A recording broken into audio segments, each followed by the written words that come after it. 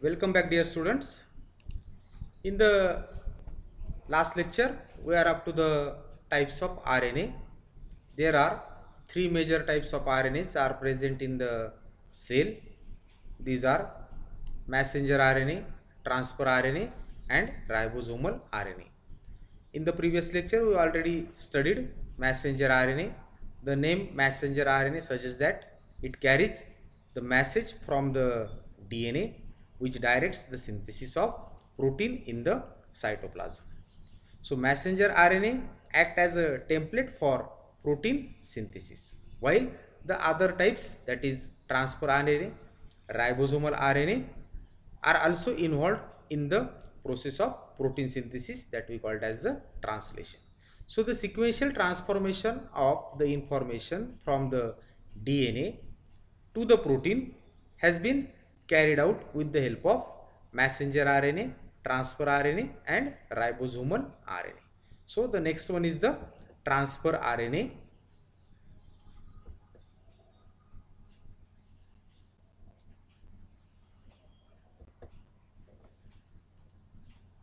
Transfer RNA, in short, it is called as tRNA. It is characterized by it is soluble RNA molecule that contains 71 to 80 nucleotides, mostly 75, with high molecular weight.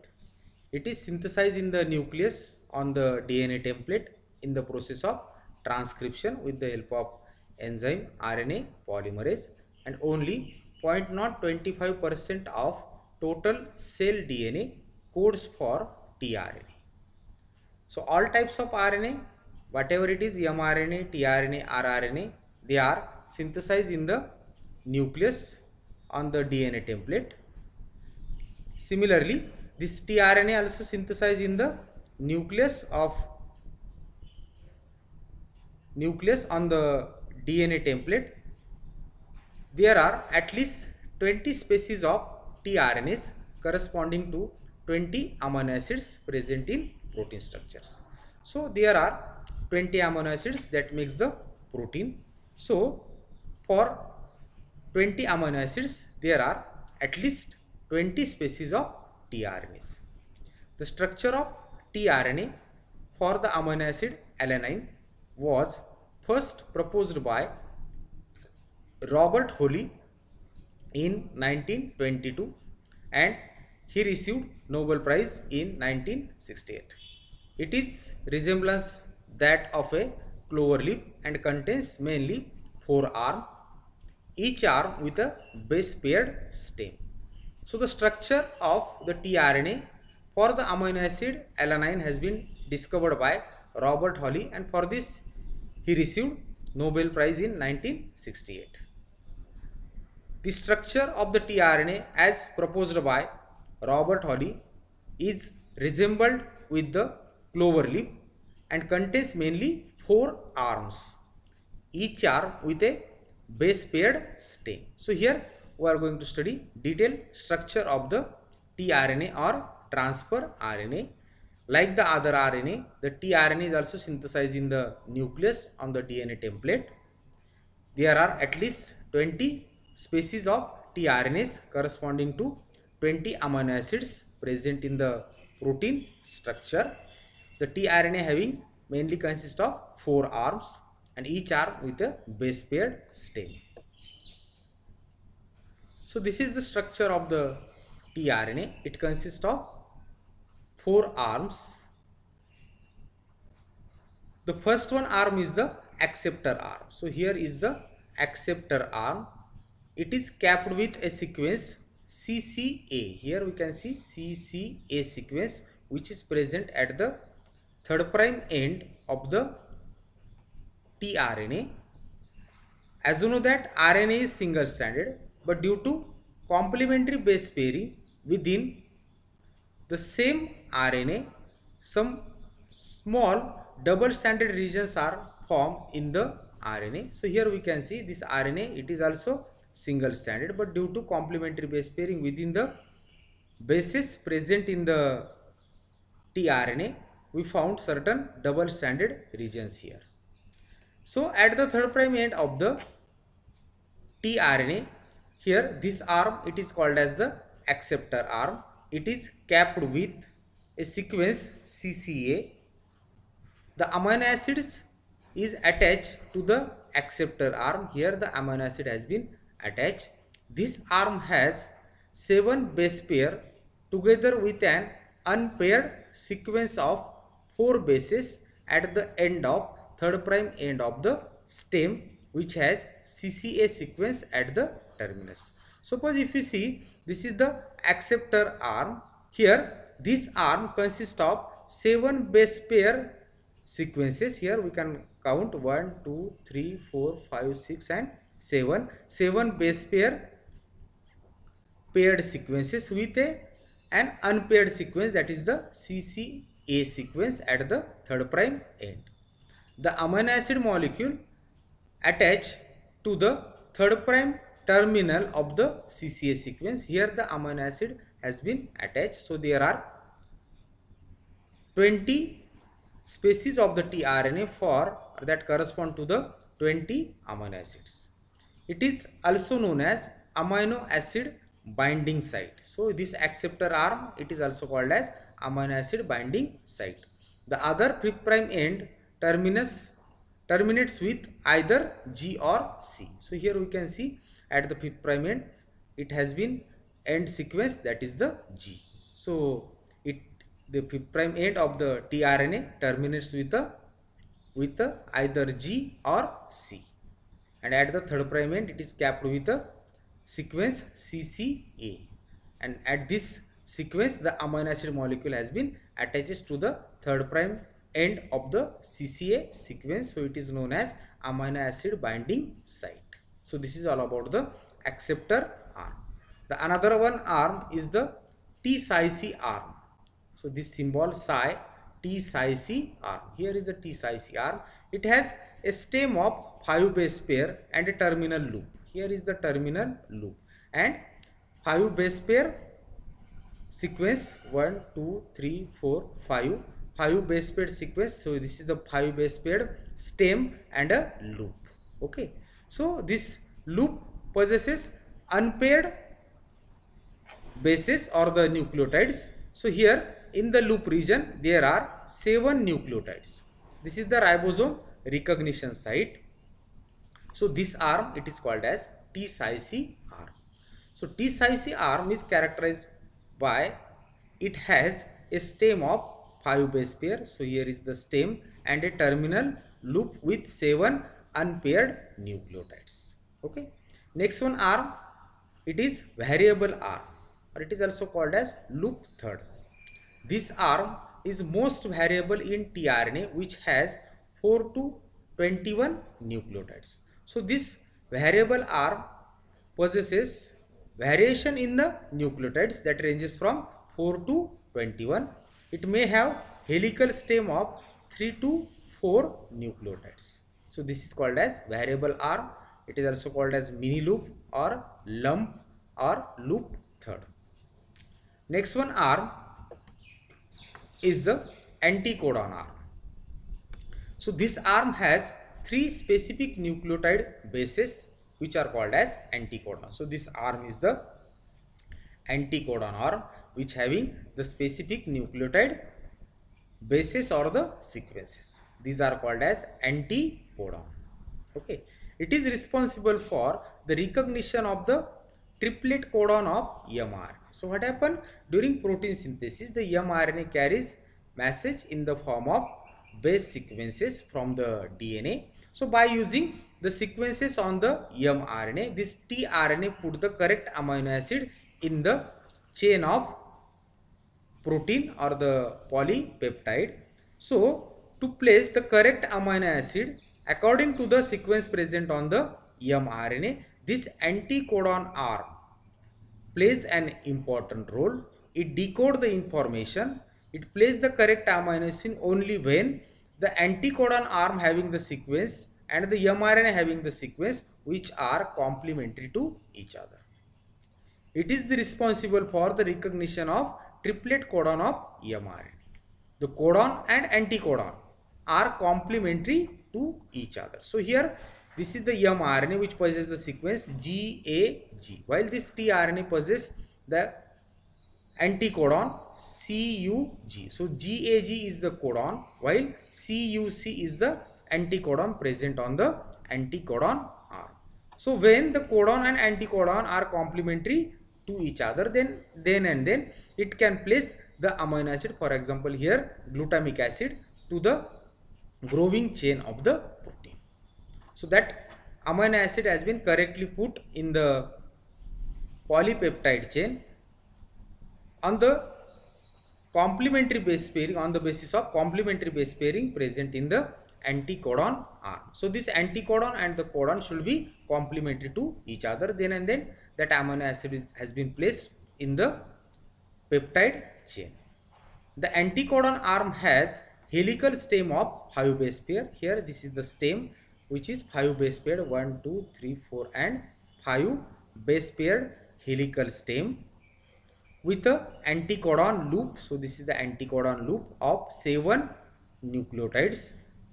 Of these 7 nucleotides, the middle 3 nucleotides of the anticodon arm are the anticodons. So here there are 7 nucleotides and middle 3 are the anticodons. Okay, so this is all about the anticodon arm.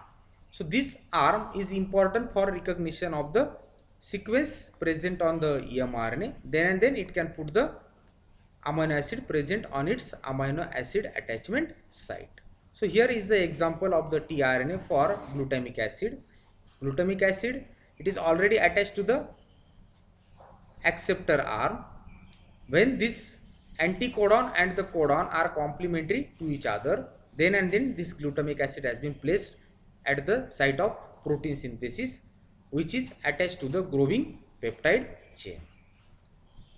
So the information has been correctly decoded in the form of sequence of the amino acid.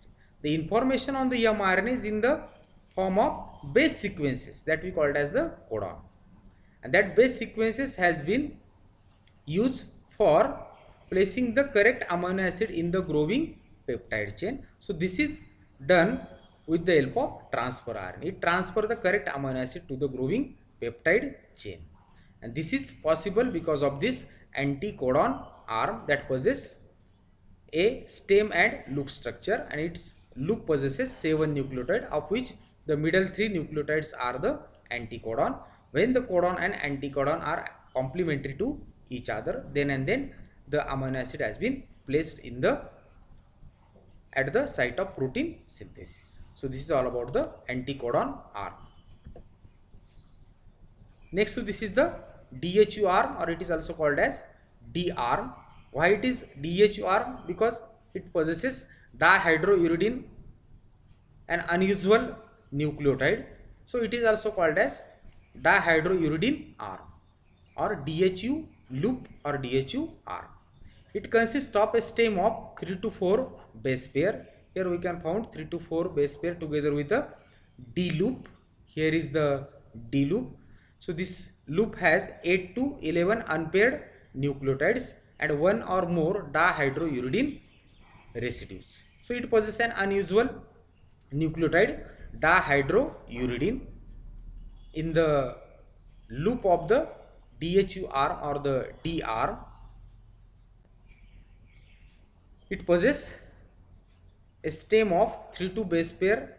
Its stem consists of 3 to 4 base pair together with a D loop, and the terminal loop has 8 to 11 nucleotides. So this is all about the structure of the tRNA.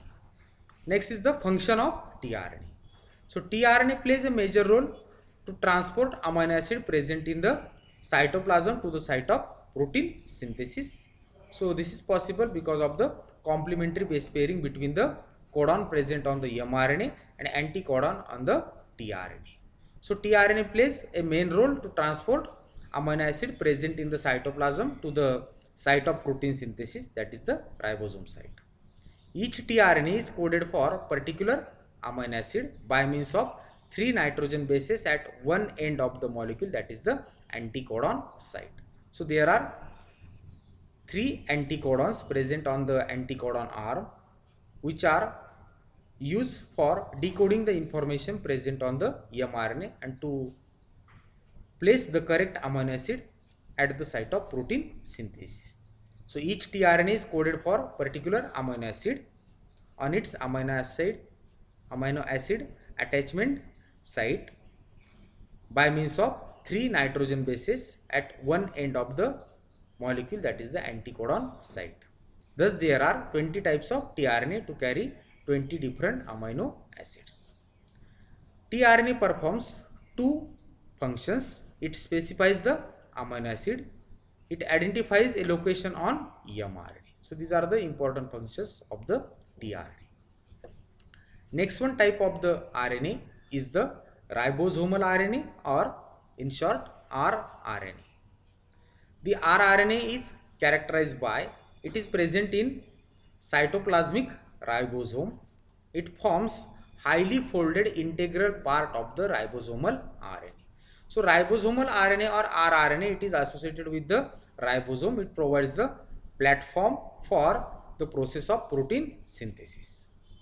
The mRNA carries the message from the DNA. tRNA transfer the message in the form of codon into the sequence of the amino acids, while the rRNA, it is associated with the ribosome. It forms highly folded integral part of the ribosomal structure that provide a platform for protein synthesis. So the mRNA that was synthesized in the DNA comes into the cytoplasm or enters into the cytoplasm and binds to the ribosome. So the ribosome provides the platform for the process of protein synthesis. The rRNA is synthesized on a part of the DNA strand called rDNA in the nucleus. Eukaryotic cell has the nuclear organizer region in the nucleolus that contains rDNA for transcription of rRNA. The ribosomes are the factories of protein synthesis. The eukaryotic ribosome is composed of two major nucleoprotein complexes of 60S and 40S subunits, while in prokaryotes ribosomes there are 50S and 30S subunits. So ribosomes are made up of nucleoprotein subunits, that is in case of eukaryotic ribosome it is 60S and 40S subunit, while in prokaryotic ribosome there are 50S and 30S subunits. So these are made up of the rRNA. Okay, rRNA and protein, these are the nucleoprotein. Now the function of the rRNA or ribosomal RNA, it is believed that they play significant role in the binding of mRNA to the ribosome and protein synthesis as a template. So it provides the platform for binding of mRNA. It also helps in methylation, that is the addition of methyl group at the 5' end of the mRNA. So this methylation is carried at the 5' end of the mRNA. So the rRNA helps in methylation process, that is the addition of methyl group at the 5' end of mRNA. In addition to above three major RNAs, that is the mRNA, tRNA and rRNAs, some other RNAs are also present in the cell. For example, heterogeneous nuclear RNA, hnRNA, that we also seen while studying the mRNA, small nuclear RNA, snRNA, small nucleolar RNA, snORNA, and small cytoplasmic RNA, scRNA. The RNA is synthesized from DNA by the process of protein synthesis, and they perform some major and specific role. So the synthesis of the RNA from DNA, it is called as transcription, and further the process of translation or the protein synthesis has been carried out in the cytoplasm. So this is all about the types of RNA, mRNA, tRNA and rRNA. Last point from this chapter, RNA as hereditary information. So in some viruses, RNA is the genetic material, or it possesses hereditary information. In case of higher plants or in case of eukaryotes, the DNA is a genetic material, it carries the hereditary information. While in case of some viruses, for example retroviruses, HIV viruses, rhinoviruses, the RNA is the genetic material. RNA does not serve as a hereditary information in most cells. RNA does hold this function for many viruses that do not contain DNA. So these viruses that do not contain DNA, where the RNA is a genetic material. Thus RNA clearly does have the additional capacity to serve as genetic information. Although RNA is typically single-stranded within cell, there is significant diversity in viruses. Human immunodeficiency virus HIV, which causes AIDS, rhinoviruses, which cause the common cold, influenza viruses, and the Ebola virus are single-stranded RNA virus.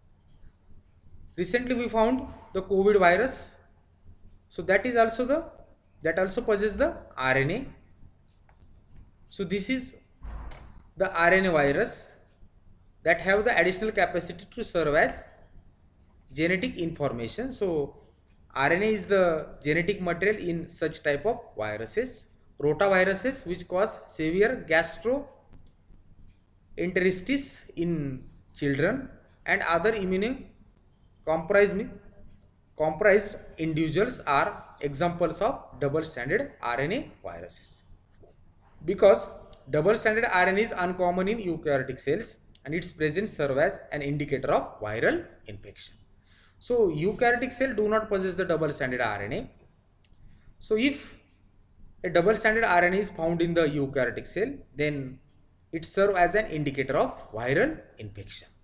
So these are the viruses, for example, HIV virus, rhinoviruses, influenza viruses, Ebola virus, rotaviruses, so that possess the RNA as a genetic material, because these viruses do not contain DNA.